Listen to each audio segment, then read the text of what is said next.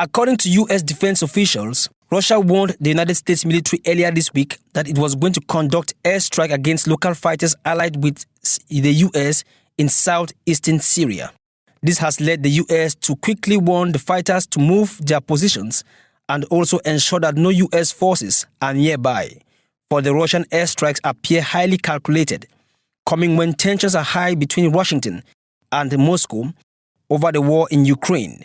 And the Pentagon is trying to ensure tensions don't escalate with Russian forces, including Syria, where the two sides have operated in proximity to each other for several years.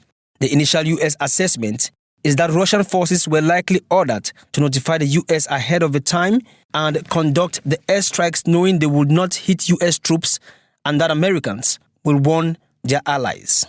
But according to a Russian official, Russia still likely achieved their goal of sending a message to the U.S. that they can strike without being warned about retaliation. The notification by Russia came through the long-standing bilateral deconfliction line that has operated for several years, where each side notifies the order of military operations and movements that risk a miscalculation if each side is not aware of the other's activities. The U.S. view is that the Russians were minimizing the risk of the crisis, knowing the U.S. will notify the local fighters. However, U.S. officials also say this type of Russian provocation is rare but not unprecedented.